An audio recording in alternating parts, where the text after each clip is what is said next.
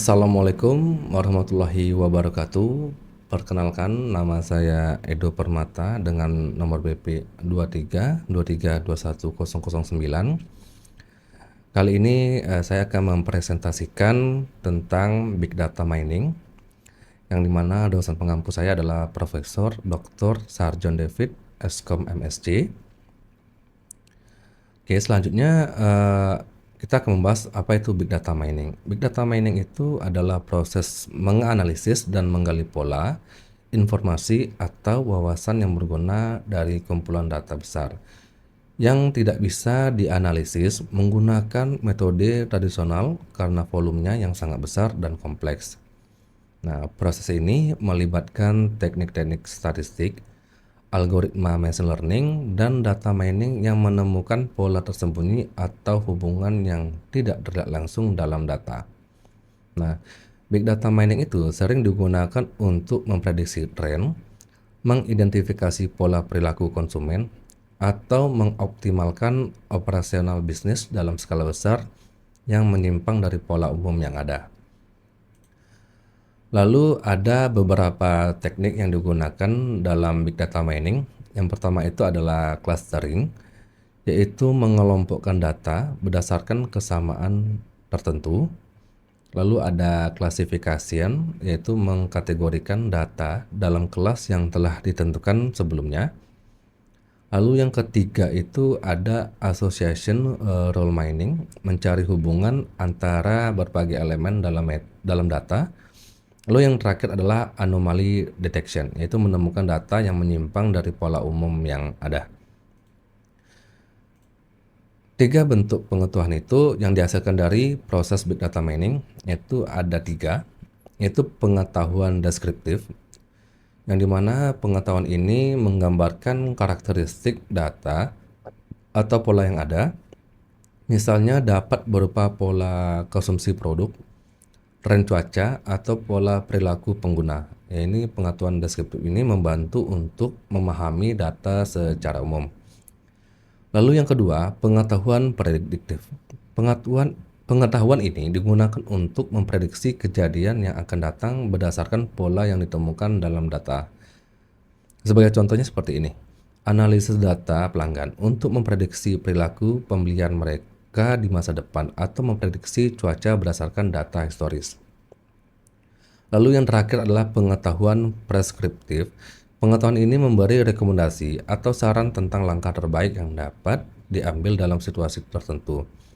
Sebagai contoh, sistem rekomendasi di e-commerce yang memberikan produk berdasarkan preferensi pelanggan sebelum, atau sistem manajemen logistik yang mengoptimalkan rute pengiriman. Lalu selanjutnya, apa itu role asosiasi? Role asosiasi adalah teknik dalam data mining yang digunakan untuk menemukan hubungan atau asosiasi antara item dalam dataset. Sebagai contoh, dalam analisis transaksi, kita mungkin ingin mengetahui produk apa yang sering dibeli bersama oleh pelanggan. Role asosiasi biasanya diterapkan untuk menganalisis hubungan antar item dalam data transaksi seperti market analysis. Jadi ada contoh role asosiasinya. Jadi ada item roti, lalu mentega. Nah, artinya jika seorang membeli roti, kemungkinan besar mereka juga akan membeli mentega. Terus ada juga tahapan algoritma a priori dalam menghasilkan role asosiasi. Yang pertama tuh harus menentukan item set yang frekuen, yaitu adalah menemukan item set yang sering muncul dalam dataset. Untuk melakukan ini, kita menghitung frekuensi setiap item set dan membandingkan dengan nilai threshold minimum yang telah ditetapkan, misalnya support threshold. Lalu yang kedua, membangun kumpulan item set yang lebih besar.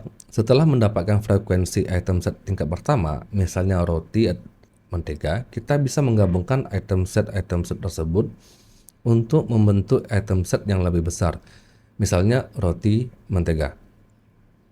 Jadi dijadikan satu set yang sama tanpa dipisah. Yang pertama tadi kan roti, mentega. Kalau sekarang roti mentega dijadikan dalam satu set.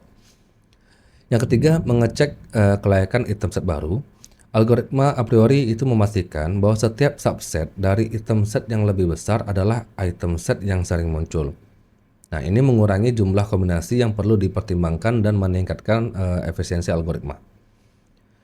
Yang keempat, yaitu menemukan rule asosiasinya. Setelah frekuensi item set ditemukan, aturan asosiasi dibangun berdasarkan item set tersebut.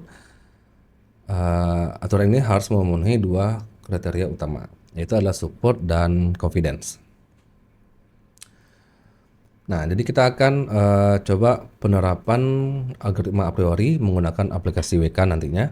Di sini kita ada dua kolom di tabel ini. Yang pertama adalah transaction ID, item yang dibeli. Jadi yang transaksi pertama, dia membeli item A, tetapi juga membeli item B dan item C. Lalu di transaksi kedua, dia membeli item A dan juga membeli item C. Begitupun seterusnya, dia membeli item A, dia membeli item D. Kita akan mencobanya dengan aplikasi WK. Di sini kita lihat, yang pertama kita akan buat datasetnya dulu karena datasetnya sudah ada. Jadi kita ambil aja. Yang pertama saya buat nama datanya itu adalah tabel atribut. Kita open. Lalu kita pilih di tab menu asosiasi. Nah, di sini asosiasinya kita akan menggunakan asosiasi a priori. Kita klik aja. Lalu di bagian ini untuk bound min supportnya saya buat 0,5, lalu minimal metricnya saya buat 0,5. Kalau sudah, kita tekan OK. Lalu kita tekan start. Nah, di sini kita kelihatan bahwasanya base rules yang ditemukan adalah produk C, dia membeli item C, tapi dia juga membeli item A.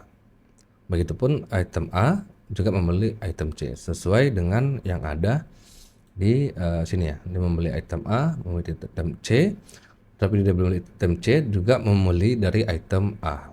Seperti itu. Jadi itu penggunaan aplikasi WK untuk mencari rule asosiasi menggunakan algoritma a priori. Nah, sekarang selanjutnya, apa itu clustering? Nah, clustering adalah teknik dalam data mining yang digunakan untuk mengelompokkan data yang memiliki karakteristik serupa ke dalam kelompok yang disebut cluster. Nah, tujuan dari clustering ini adalah untuk meminimalkan variasi dalam kelompok yang sama dan memaksimalkan variasi antar kelompok yang berbeda-beda.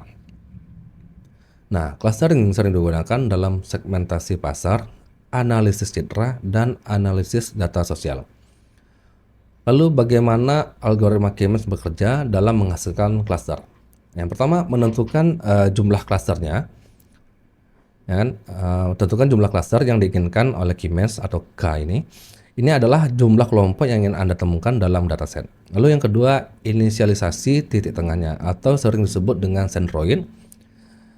Pilih K titik data secara acak sebagai titik pusat centroid dari masing-masing cluster. Yang ketiga, menghitung jarak dan penunggasan ke cluster. Hitung jarak setiap titik data ke centroid yang terdekat dan tetapkan titik data tersebut ke cluster yang memiliki centroid terdekat. Lalu yang ketiga, memperbarui centroid. Setelah penugasan selesai, hitung ulang centroid masing-masing cluster berdasarkan rata-rata posisi titik data dalam cluster tersebut. Lalu yang terakhir adalah iterasi. Langkah ini diulang sampai posisi centroid tidak berubah lagi atau perubahan sangat kecil. Proses ini biasanya berhenti ketika konvergensi tercapai. Nah, jadi kita akan coba untuk penerapan cluster menggunakan aplikasi WK. Di sini saya punya dataset. Ya, di sini saya punya dataset itu data mining seperti ini. Ada nomor, nama, dan nilainya itu sebanyak 15 data. Kita akan coba langsung menggunakan data ini untuk mencari clustering aja. Nah, untuk cluster ini saya menggunakan 2 cluster aja. Yang pertama kita open file dulu, ya kita buka data mining CSV yang sudah kita buat tadi. Ingat ya, formatnya harus CSV, kita open. Lalu karena kita membutuhkan nilainya saja, jadi untuk nomor sama nama kita remove saja. Di sini kita punya 8 kolom seperti data ini tadi ya. 8 kolom. Lalu kita pilih ke bagian cluster. Di sini kita pilih aja algoritma yang mau kita pakai, misalnya saya menggunakan K-means. Nah, ini kita delete dulu. Lalu kalau sudah kita pilih bagian sini. Di sini saya menggunakan pengaturan default dari Simple K-means, dan kebetulan cluster yang saya butuhkan cuma cukup 2 saja dari 15 data tadi. Nah, kita oke. Lalu kita tekan saja start. Nah, di sini kita bisa lihat yaitu ada 20 untuk cluster 0 dan 3 untuk cluster 1. Nah, di sini kita bisa lihat cluster 0 itu adalah 20, lalu di cluster 1 itu ada 3. Nah, di sini selanjutnya kita coba ke visualis cluster assessment. Nah, di sini lihat titik-titiknya dari data K-means. Lalu kita save aja datanya. Di sini saya letak di data D. Jadi butuh beberapa waktu untuk menampilkan data ini ya. Lalu saya meletakkan di data mining. Klik open. Di sini saya akan nyimpan datanya dengan nama customer saja, dengan tipe filenya itu adalah ARFF. Kita tekan save. Nah, jika sudah, kita bisa close data ini. Lalu balik ke halaman homepage-nya. Di sini kita pilih aja di bagian tools. Itu ada ARF viewer ya. Lalu di bagian file ini, di bagian file kita open datanya. Kita pilih tadi di data D. Lalu di data mining kita buka aja data mining. Lalu kita pilih aja ya, tadi dengan nama file customer.arff. Kita open.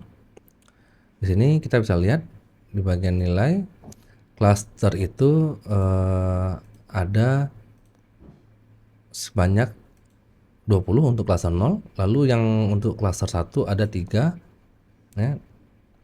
Nah, selanjutnya lalu apa kesimpulan dari data mining ini?